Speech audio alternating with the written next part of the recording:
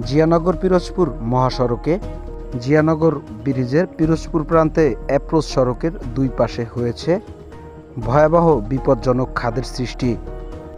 গত 5 দিনের প্রবল বৃষ্টিতে পানির স্রোতে অ্যাপ্রোচ সড়কের দুই প্রান্তের বালি সরে গিয়ে পিচ এবং কংক্রিট গড়িয়ে পড়েছে ঢালুর স্থলভূমিতে, যার ফলে রাস্তার নিচে তৈরি হয়েছে ভয়াবহ ফাঁপানো খাত।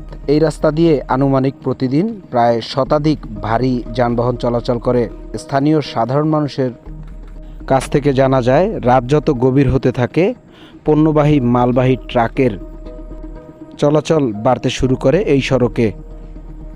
তবে দুশ্চিন্তার বিষয় এটি, এখনও পর্যন্ত যথাযথ কর্তৃপক্ষ কোনো নিশান কিংবা চিহ্ন দেয়নি এই ভয়াবহ খাদের জায়গাগুলোতে। স্থানীয় সাধারণ মানুষের মনে আতঙ্ক বিরাজ করলেও দূরপাল্লার গাড়ি চালকরা যারা দিনে দেখে গিয়েছিলেন রাস্তাটি সম্পূর্ণ ভালো আছে, রাতে ফেরার পথে তারা হয়তোবা খেয়াল করবেন না। স্থানীয় অনেক মানুষের আশঙ্কা, এখান থেকে ঘটতে পারে ভয়াবহ সড়ক দুর্ঘটনা।